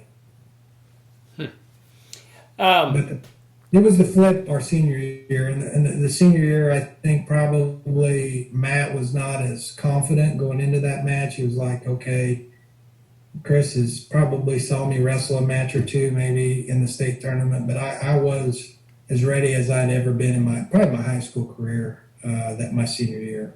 I had one close match my senior year. It was with a guy from Blackwell, Oklahoma. His name was Trip Rogers. Okay. And I wrestled him at the Newton finals, and it should not have been a close match, but it's just one of those weird matches where you wrestle and then you look up at the scoreboard and you're behind 4-3. You feel like you're ahead, but you're behind, and things happen like with 2 seconds left to go, and it's like, that's the way that match went, and I ended up beating that kid by 1 point, probably in the final 20 seconds of the match. But I always thought if I ever wrestled him again, it wouldn't have been close. Did you? How many losses did you take in high school? So I can tell you, my freshman year, I was undefeated until my semifinals. I lost to Pepe Cabrera, who was a state champ that year. Okay. He was a senior. then I turned around and lost back to back. Really didn't lose to this guy. His name was Bellew. He's out of Blue Valley. In fact, a guy I beat in the regionals beat him for third and fourth, just hammered him, and got third. Back then, they only went 1 through 4. So I was out of that. That was 2 losses. Then my sophomore year, I lost twice. I lost in the finals of the Perry tournament to a kid from Midwest City. I lost twice to a senior from Emporia named Joey Kraft. He was a 3-timer. Yeah. And I lost twice to E.K. Franks from Wellington, who was a 3-timer. They were both seniors. But I was in every one of those matches my sophomore year. I just was probably not mentally tough enough to win them. In fact, I was beating Joe Kraft both those matches. He came from behind to beat me in the third period. And then EK pretty much schooled me my first match at the Derby tournament. But he told some Mark City guys that he was going to. Are you guys still there? Yeah. Are you guys still there? Yeah, I can. He told some Mark City guys that. Well, he beat me in the semifinals. Then he wrestled Joey Kraft in the finals of the Derby tournament. So that was a good tournament. Quite a few state champions in the same weight. And he pinned Joe Kraft in the finals. Oh, and when he gets up, he does this. So apparently there were some bets placed, and he was saying he paid off, or what, I don't know what he was saying. And when the match was over, we got our medals, on our podium. He gets off and he told the Arc City guys, he goes, I forget who it was, maybe Beast or somebody. He goes, and that's what's going to happen to Hernandez next week. So he's going to pin me. And it really ticked me off. And so the next week he beat me 3-2. And it was the last 15 seconds he was fighting off a takedown. It could have gone either way. If they'd have gave me a takedown, he'd have had a loss on his record. But he beat me. My junior year, I lost in the finals. My junior year, I only had 1 loss. I lost in the finals of the Perry tournament, where I was winning that match and lost. And then my senior year, I didn't have any. So 4, 6, 7 losses my high school career. And the guys you lost to were all-timers. I remember Killer Franks. That's what they called him, right? Killer Franks? Yeah. Did you ever wrestle him, Matt? I did not. We wrestled each other in summer team. I think he might have gone to Canada on a trip with us. Okay. Good guy. And really, I know he and Diabolus and Apple. Yeah, Theophilus Frost. Yeah, they were cousins. EK didn't. Wellington had a really good wrestling program when he was kids. They had a lot of good wrestlers back then. But Gooch. another kid that was around, yeah, Josh Gooch, and Johnny McCreary was our age, and Johnny McCreary was a 2-timer. Johnny ended up wrestling in college, but EK. He got his scholarship because his senior year he went to Fargo, and I don't think he placed.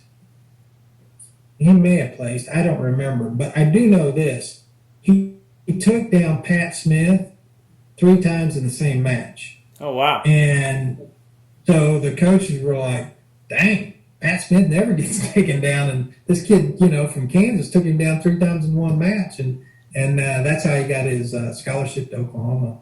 Huh. He was a tough kid. Yeah, he was a tough kid. Your brother was also a 3-timer. Who was older, you or Jeremy? He was a 2-timer. Okay. Jeremy was a 2-timer.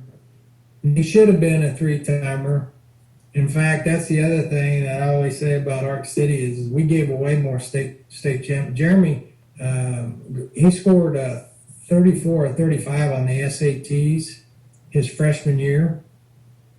And so they let him pick a grade. Basically, they said he could test out of high school when he was a freshman. So they let him pick. And my dad wanted him to be a freshman because he wanted him to enjoy his high school career. Jeremy wanted to be a sophomore. So Jared never had a freshman year. Okay. His sophomore year, which should have been his freshman year, he did beat the one who won the state title, Neil Keller from Capon, who was a senior and ended up being a three-time state champ. Jeremy beat him in the regional finals, and then when they got to state, Jeremy lost to a kid from Hayes, and it was just a weird match. Jeremy was not wrestling well. He ended up losing by 1 point, but and Jeremy ended up, like I told you, his third and fourth place match was with Sean Bass. So Jerry ended up taking third, what would have been his freshman year, but ended up being a sophomore, and then just walked away from it his junior and senior year. Yeah. I mean, Yeah. I had Brian Roberts on my podcast, and he said that your brother was the best high school wrestler he ever wrestled because he tech-falled Brian, he tech-falled Jay Verdict, and those were guys he didn't tech-fall Jay Verdict, but he beat him like 13-6. Okay. And he handled him. It was not a match. It was not a match where Jay was ever comfortable or ever in it. I mean, all 6 points were let goes. And that's what Jerry would do. He would take them down and then let them go, and take them down and let them go. And he handled him convincingly. Could you can you say who was better, you or Jeremy? Well, I get lots of people that tell me that they think Jeremy might be one of the best wrestlers, might be the best wrestler Arc City ever produced. I don't know if I agree with that, but it doesn't bother me. In fact, one of my cousins who wrestled for Arc City back in the late 60s, early 70s, and his brother, Jim Ramirez and Joe Ramirez, they always think they're funny. They always try to get in, make comments or whatever to get you all riled up or whatever. And one time, Joe Ramirez told me, he goes, Chris, you were tough. You were tougher than heck, but Jeremy was just a cut above. And I said, I kind of leaned over and I said, hey, Joe. And Joe leaned in and I said, you're giving my brother a compliment. What do you want? I said, I was just as proud of him as you was. And which that isn't the way it was with them. I could say something about Jimmy over Joe and they would get ticked off. But no, I love my brother. We grew up together. My dad, going back to when we were kids, I was easily the better wrestler in a competitive match. Jeremy maybe won one or two kids state titles, maybe. One I can think of for sure. I don't remember if he won two or not. But Jerry was a real mental case. He was really smart, and he overanalyzed everything. And so he was usually beat before he ever started a match in kids. And I always told my dad, I said, I think what happened to Jeremy, he was a year older than me, almost to the day. So he hit puberty before I did. And of course, we were each other's, iron. We wrestled each other, battled against each other all the way through. And I can remember distinctively around seventh grade, maybe sixth grade, probably before that, maybe it was fifth or sixth grade, I'd get in deep on him and I couldn't finish it. And where he would just barely get his hands around my legs and I couldn't sprawl out of it. I mean, he just sucked me in. And I think back on it now, and I think what happened there was, which I'm glad it did, I think Jeremy started beating his brother in the wrestling room. Well, who can I beat? Yeah. I can beat Chris now. I can handle Chris. So I see Chris beat this guy and that guy, and I can do this. I think mentally for Jeremy and the analysis it had to take, it threw me into a whirlwind for about 3 or 4 years. I had to go find my confidence back, but it gave Jeremy that springboard and perfect time. I mean, when he hit high school, he was kicking on all cylinders. And I think Brian Roberts is right to say that because Brian was easily in those matches with Chad Beeson. He could have won those matches. And he was never in a match with Jeremy. Yeah. I can't think there would be ever a moment, even maybe shaking hands before the whistle blows, where he felt like he might beat Jeremy. I think he knew Jeremy was the better wrestler. Yeah. Well, he was amazing. I mean, I'd never seen anybody score like that on Brian, and I was just like, who the hell is this guy? You know? I'm going to ask you guys both this question, but why didn't you wrestle in college, Matt, or did you? Did you wrestle in college? Yeah, well, I went to the University of Pennsylvania and got 1,000 miles away and decided I was going to have a good time. Yeah. I was on the team briefly, preseason lifting, blew my knee out, squatting the bar, just the bar. Wow. Yeah, it just felt weird. I tried to go and shake it out and came back. Was just trying to pre-stretch for our weight test day, and I got down with just the bar, 45 pounds, and couldn't get back up. And then, they wanted me to wrestle 150 at Penn, and I came back from knee surgery at 213. Wow. I was doing a lot of upper body lifting and maybe a little bit of beer drinking, and those calories I wasn't used to. Yeah. So never touched the mat once I got to college. Gosh, 150. Back then, man, they wanted you to just kill yourself to wrestle in college. I remember Eric Aiken wrestling 130 and then wrestling 118, and he would cut down to 114 and a half and all that. Same question for you, Chris. Did you and Jeremy wrestle in college? So Jeremy went military shortly after graduating. I wrestled at the University of Oklahoma for a year and a half. In fact, I went there my freshman year, and I quit. I moved to Kansas. I was done with wrestling. I really, Stan Abel was at the end of his prime, and it was not a good time to be at the University of Oklahoma. We had some great talent there. In fact, I think my sophomore year, I came back. He talked me into coming back my sophomore year, and I came back, and I think mentally was going to make a go of it. In fact, I went out and won a couple tournaments for the University of Oklahoma, but I was done. I'd wrestled my whole life, and I was literally in the worst environment I'd ever been in since starting in wrestling at University of Oklahoma. And not so much because of the wrestlers I was wrestling with. We had some great guys there, but the coaching was so negative, and I was already burnt out to begin with. And so the second time I packed my bags, I never went back.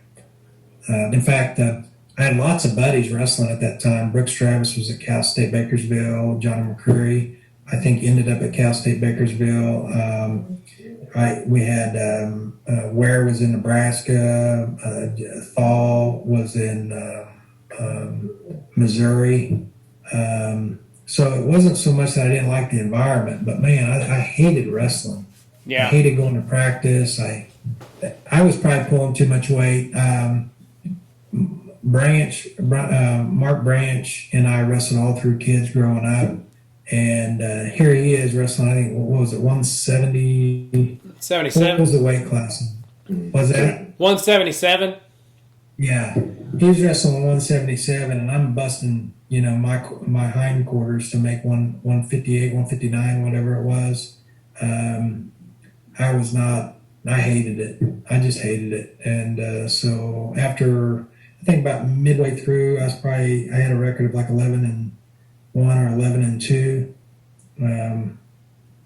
I folded it up and quit wrestling. And I don't regret it all that much. I know I could have won a national title or two. In fact, I beat wrestlers that won national titles. But I was also in a place in my life where it was not a good sport for me anymore. I wasn't enjoying it anymore. But I'm much like Matt. I love the sport. I still like going to watch nationals. Anytime it's on the TV, I got it on. I go down and pick up my old wrestling coach, Wayne, and we go watch high school tournaments together and stuff. I love the sport. It was just a bad time for me. Yeah.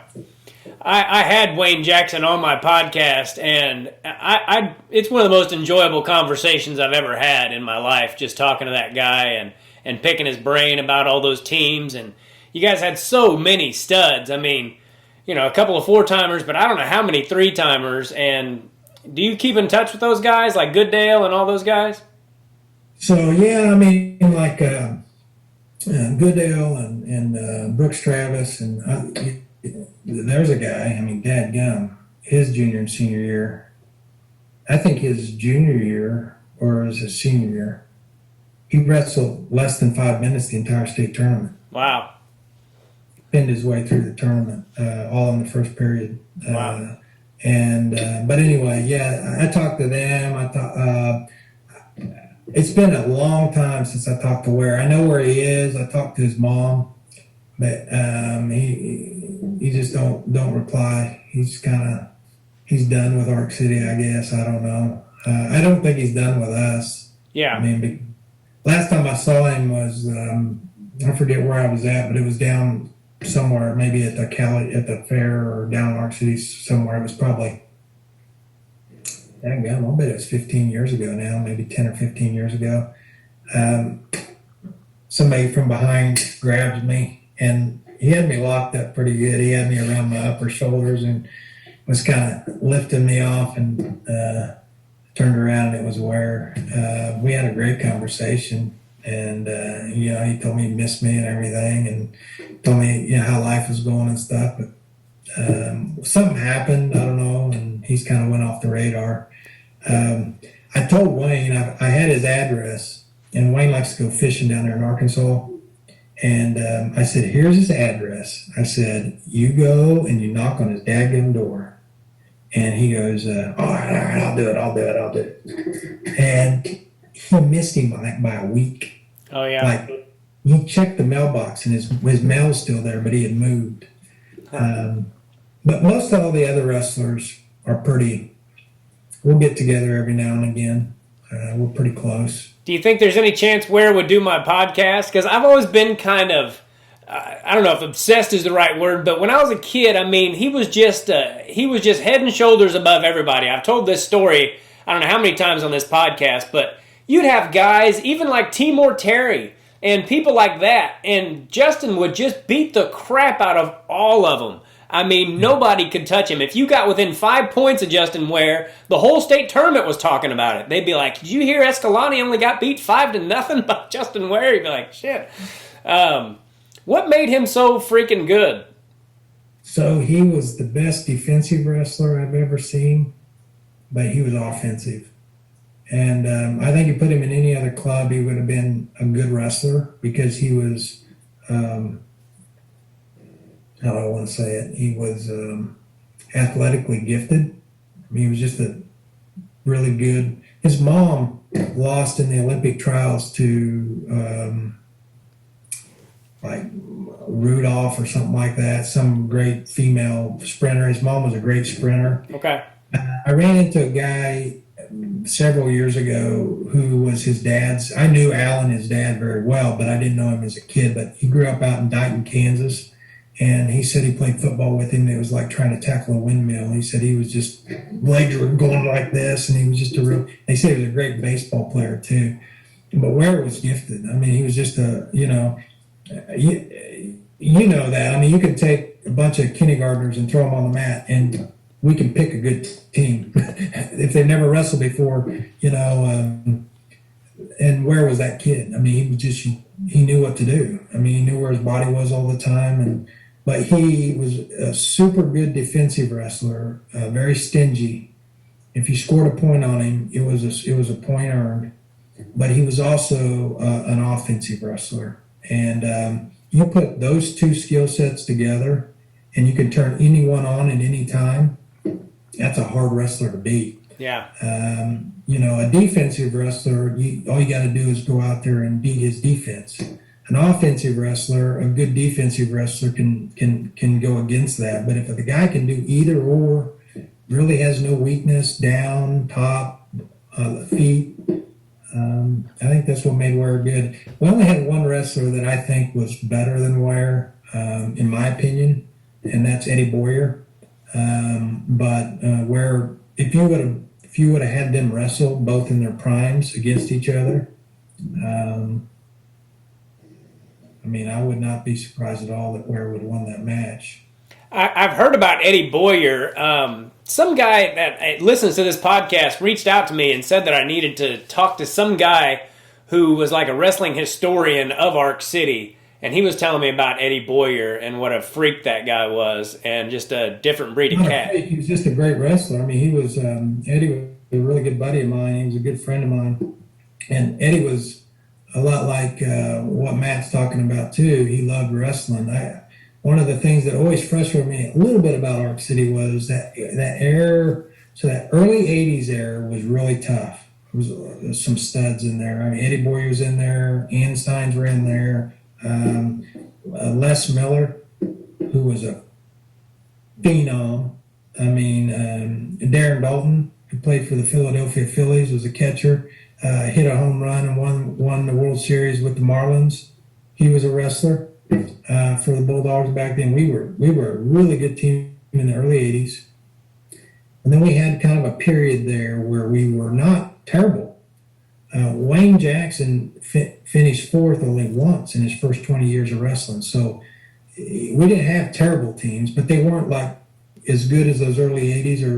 And a lot of those guys on that kind of that fuzzy period, I just remember, like, I don't know how I want to say this, because I don't think they meant ill will by it, but like they were already out of high school and we were having to compete with them. Does that make sense? Yeah. Like they were wanting to bully us a little bit, or whatever. And I think in the end we ended up, earning our keep and doing what we should have done. But it was just a weird time. I can remember the first time I won state title, looking up in the stands, and Eddie Boyer is standing on his seat cheering. And to me, that's somebody who really loves wrestling. And if you watch when there's a video where Jeremy beats Jay Verdict, and when he wins his state title, as he's walking to the sideline, if you continue to watch the video, it's Eddie Boyer is there to hug him. I mean, that's what Arc City Wrestling is really about. And the really good ones get it. The ones that are kind of mediocre, they tend to be a little bit, maybe jealous is the right word. I don't know what it is. But Eddie was a great wrestler. I seen John Smith Sr. pull John Smith out of competition because he didn't want him wrestling Eddie. Oh, wow. Twice at the Ponca City tournament. Yanked his boy out because he knew Eddie would beat him. And I think Eddie beat him 2 or 3 times. There was a wrestler for Oklahoma State named Cory Mays. Yeah. Cory Mays was a 118-pounder, never was a national, but in kids, Cory Mays was he was a stud in Oklahoma wrestling. I mean, he was in high school, he was unbeatable. And I remember they met at I think it was Ponca City, because they had those windows up real high. And they met and they shut the tournament down. They didn't used to do this back then, but they shut the tournament down. And there was like $15,000-$20,000 on that match. Oh, wow. They were betting big money. And BDI, the guy I was telling you about, Bob Burr, that passed away here not too long ago, got kicked out of the tournament. Got into it with somebody or something that kicked him out of the tournament. But he's got money riding on this match. And I remember the match started, and those guys were going at it. And you look up at the very top of the bleachers and in the windows up there, and Bob Burr's climbing through the windows, and our other wrestling coach, Don McBride, security! There's that asshole up there climbing. They kicked him out again, so he missed the match. Wow. But Eddie Boyer, he handled Cory Mays. I mean, he beat him by 3 or 4 points, but it was never a really close match. He was just a really, really good wrestler. I'm trying to think of somebody I could describe that he wrestled like, but just nobody really comes to mind. There was a kid that wrestled for Oklahoma that it was kind of his peer. You remember Chris Bolin? Oh, yeah. He was up there in the city area. Bolin kind of wrestled like him, but was not nearly as athletic. Eddie was just a phenomenal. The reason why I think I put Eddie number 1 over maybe even Jeremy, like Wayne always tells me, I wrestled Eddie in practice, and Jeremy, you could take Eddie. I think you guys are tougher than Eddie. I don't know if that was psychological or what it was, but I never seen Eddie wrestle a match where he wasn't mentally the victor. Okay. His senior year, he's undefeated. Well, I've never seen. I don't think he ever lost a match his high school career, but he only won one state title for Arc City. So I think he won his. Yeah, he broke certification his freshman year. Back then, you break certification, you're off the team. Now they changed the rule. You break certification, you can't pull down again. And then now I don't know what they do with it. But back then, if you broke certification, you got kicked out of wrestling, and that's what happened to Eddie his freshman year. His sophomore year, I think he pinned his way through the tournament. His junior year, his dad gets mad at Wayne, I don't know why, and moves his kids to Oklahoma, and they both win state in Oklahoma.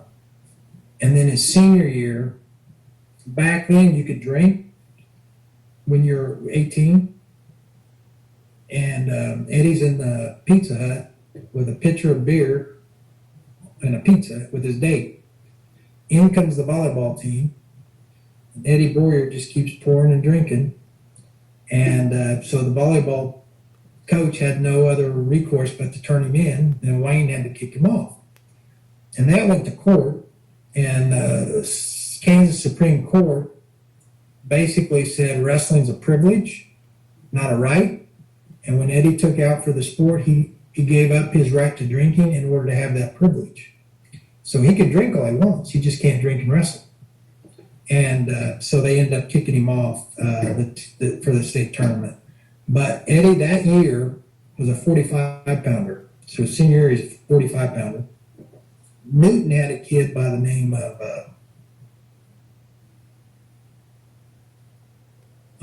his name's right on the tip of my tongue. Vince Walker. Vince Walker was a 2 or 3 time state champ, but he was a 167-pounder, and he was undefeated. So 2 weight classes difference between them.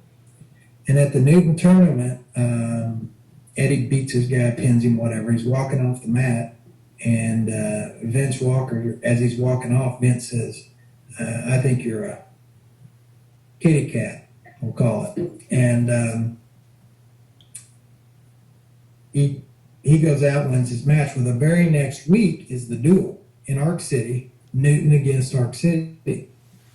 Eddie Boyer goes up 2 weight classes, breaks certification, and beats Vince Walker. Wow. And that, to me, epitomizes Eddie Boyer. That's why I would say, Justin Ware would never do that. He would never go up 2 weight classes to beat somebody undefeated because they called him a name. Yeah. And Eddie was just tougher than nails. He was a great wrestler. He was a Pan America champion. He did all the freestyle. He was just a natural athlete, good wrestler. And he's since passed away, right? Yeah, it's been a long time ago. My brother Jeremy bought his house after he passed, and my brother lives in his house. They were really close. Jeremy and Eddie were really, really tight. But yeah, he just got married, and they changed. If you come in the north side of Arc City, they made a detour, kind of a truck route that you don't have to actually go into Arc City. You can kind of veer left and go around it, and then out the south end towards. And he was coming. He had just gotten married, and he was coming around to the north side of that roundabout or that detour. And you're basically about a half mile north of Arc City, where it connects to the highway going to Winfield. And he was going back to the hotel back in town, which was about a half mile. And so he was crossing and just got T-boned. It hit him. His wife ended up living, but she was like in a coma for 6 months. It was a bad deal. Wow. Yeah. When I called him a freak, I meant it in the nicest possible way, because I had heard that he was just a phenomenal, and tough as they come, and what a shame we never got to see just how great he would have become. How old was he when that happened? He would have been in his 30s. Okay. If he was alive today, he graduated in 84. So he's 7 years older than Matt and I. So, I mean, that he'd been late 50s, mid 50s, if he was still alive. Okay. Well, I won't keep you guys on here all day. I did want to ask you real quick, Matt, about your fundraiser. You're doing a fundraiser, is that right? Fundraiser, yeah. I'm trying to raise money for youth wrestling development programs. I'm going to be delivering those funds to USA Wrestling in Norway when I get there for the World Championships. Everything's on Facebook. It's Matt's Mission for Youth Wrestling. You can also go to GoFundMe.com /Mission4 Youth Wrestling. We've got some auction items on the Facebook page. We've got shirts that are going to be going up soon from Blue Chip Athletic and Gonz's team over there. Trying to keep everything in the wrestling family and just do some good. This is the only time I bet I'll ever go to Europe, and I want to do some good while I'm doing it. So, yeah, we've got some Arc City Takedown Club gear that'll be part of it. So, yeah, hop on over there and check it out. Yeah. Where can I get an Arc City Wrestling t-shirt? And that guy right there. Okay. Owen? Yeah. I would a love lot of the old red and white. I can't remember when it happened. I think it was a mistake, but what do I know? But they, when we was kids, it was red and white. Yeah. That was Arc City's colors, kid youth program, and then middle school was red and white. They were called the Bullpups. They were red and white, and then high school was purple and gold. And I think the thinking then was right because you had to earn the purple and gold, or it was something to attain. It was something that, someday you were going to wear the purple and gold for Arc City. But everything in Arc City is purple and gold now. The youth program is purple and gold. The middle school is purple and gold. And it's like, all right, well, what do you know? I mean, somebody's making the decisions down there. They didn't ask Chris. Yeah. I remember the Arc City Takedown Club singlets, and they had your guys' names on the back, which I always thought was cool. And then the first time I watched High School State, when I saw those Arc City guys in purple, it was kind of weird for me. I'm like, wait, what? Because during the finals and kids, that's all you saw out there were freaking red and white singlets. The kids program was just superior. I mean, it really was. When I was going to, I mean, we were taking 70 to 80 kids to state. Yeah. At the peak. I mean, that's a lot of kids taking to state. So yeah. I would imagine if you're watching or you were a competitor growing up where, like, I can think of some of the wrestlers I wrestled with that were really good wrestlers, but like they were the only good wrestler on their team and they were having to go somewhere to practice to get competition, and we were loaded. Yeah. I mean, so many studs. I mean, there's so many of them. I would love to talk to all of them, too. I'm friends with Brooks. I've actually talked to Brooks a couple times. We wrestled in 7th grade at the state tournament in kids. But I'm friends with him now, and I would love to have him on, and Gooddale, and if I could get a hold of Justin Ware, that'd be awesome. And I can see what I can do for you. I mean, certainly the first couple of names you mentioned would be easy. You'll never get my brother on a podcast. He's okay. Not a talker. He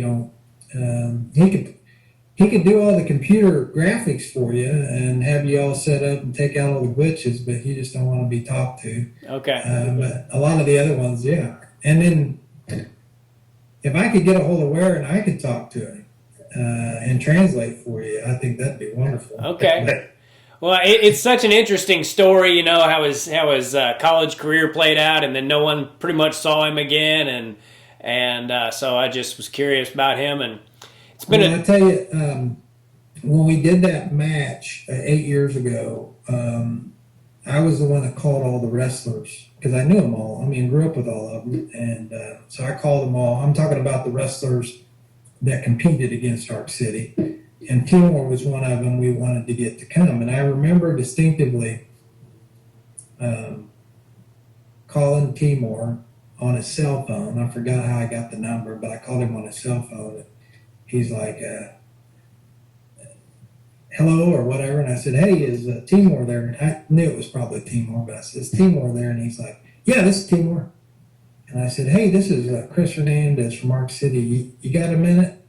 And I hear kind of a pause, and he goes, hold on a sec. And it kind of gets kind of quiet. And about 30 seconds later, he goes, okay, this is Timor. Did you say Chris Hernandez? And I said, yeah. I said, from Ark City. I said, you remember me? I said, we wrestled together when we was kids. He goes, do I remember you? Chris Hernandez from Ark City. How can I not remember anybody from Ark City?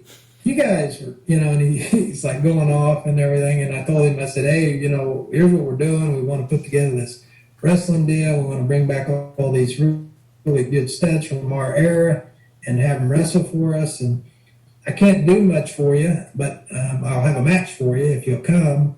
And he goes, oh, man, I'd be honored. He goes, just put me on the schedule, whatever.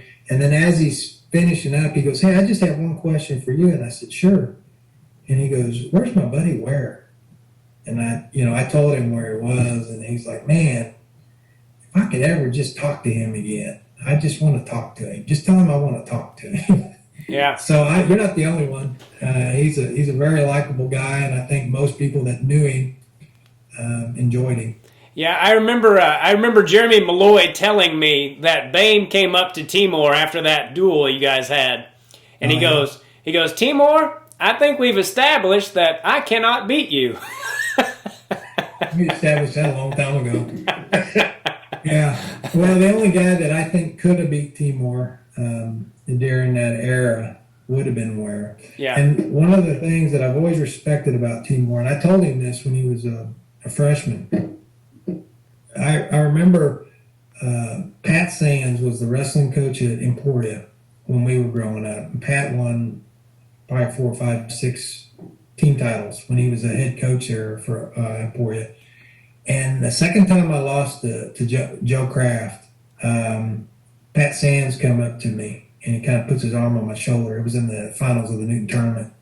And I was mad because I beat myself.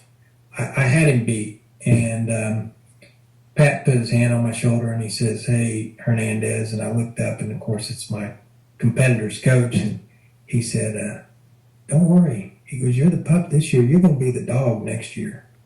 And I always thought that was pretty good, of a coach to say something nice to the competitor. And so after Ware beat Timor the second time, I realized it was I think it was in a duel. I realized that Timor was not going to quit trying. And any other kid would have went up or down a weight and clocked off 4. Because there was nobody going to beat him. Yeah. But he now had lost to him twice. And when he walked off, he had that utter disgust about himself. He was humiliated that he got beat, but more importantly, he felt like he could beat Ware, And I remember going up and talking to him and his dad, and I told him the same thing. I said, somebody told me once, a very wise person told me, that you're the pup. And they're the bull pups, I think they are, McPherson. I said, you're the pup, but you will be the dog next year no matter what happens this year. And I remember he just kind of gave me a hug, and you could tell he was really. And I think he ended up wrestling him one more time in the state finals. But I always thought the world of Timor for giving it a go. And he didn't have to do that. He could have been a 4-timer. Yeah.